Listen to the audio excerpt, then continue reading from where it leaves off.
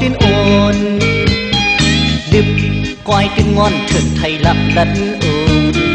กุมหน้าคิดหน้าตาปันขึ้นจันสูง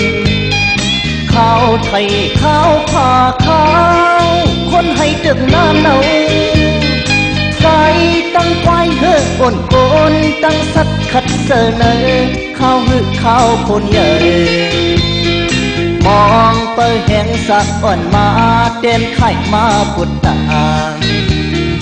อื่นความวอกพอกผัดซื้อนางเล่าติดสมนาลักยักด้วยปีเมาสุขสมที่วุดเมียงมัดซอกกาเนโกย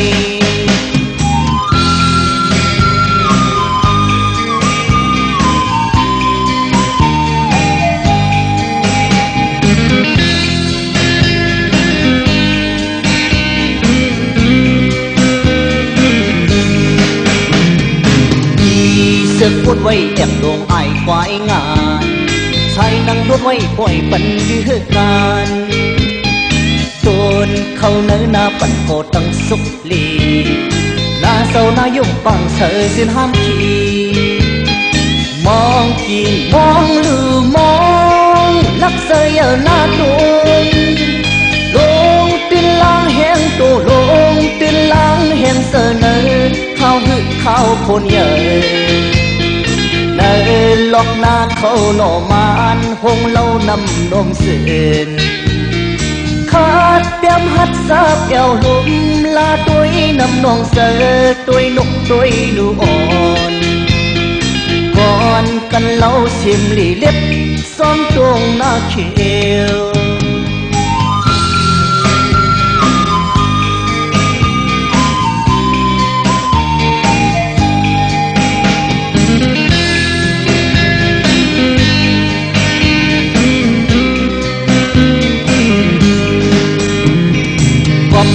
ต้นหงปุกหับเดิงมักสุดปัน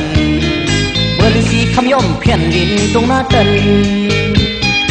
กำเอาเขียวกดปัดโหดต้นนายอ้อยสอนทำวันเย้าปุ่มเป็นลูกเล่าลอยคิงสักไข่นายสักไข่ปั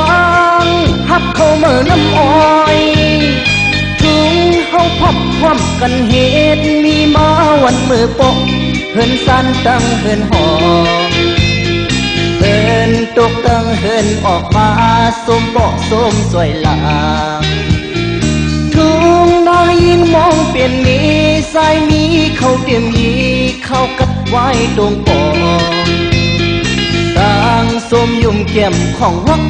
ตั้งเปิดพัดดือ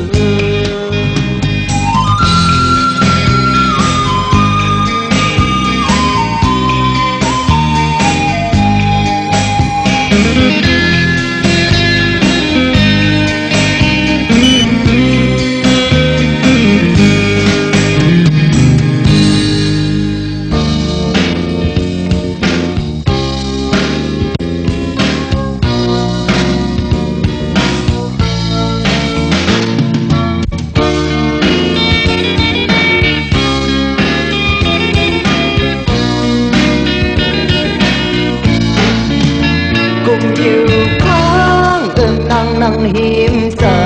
ำอำพาดกลางลุกลังเลยยามเนินปันอยู่ซ้อมหน้าเฮือนเยสีโอ้หอกไม้เอาเขียวปอสอน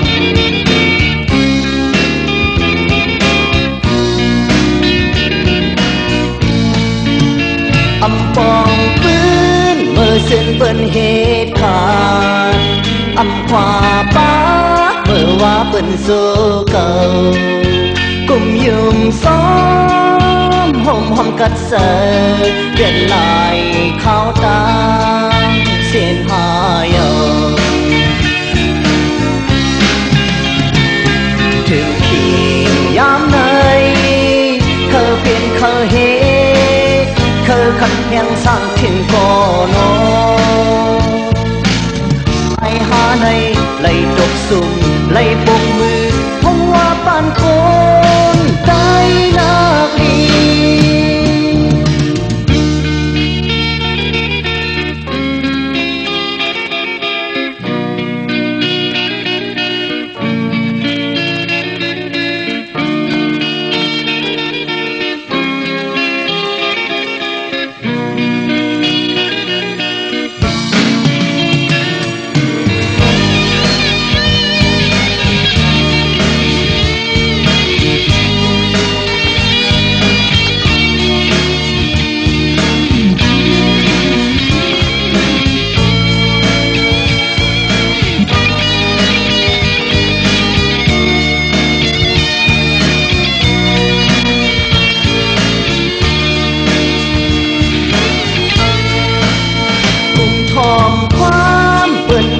นอามลาย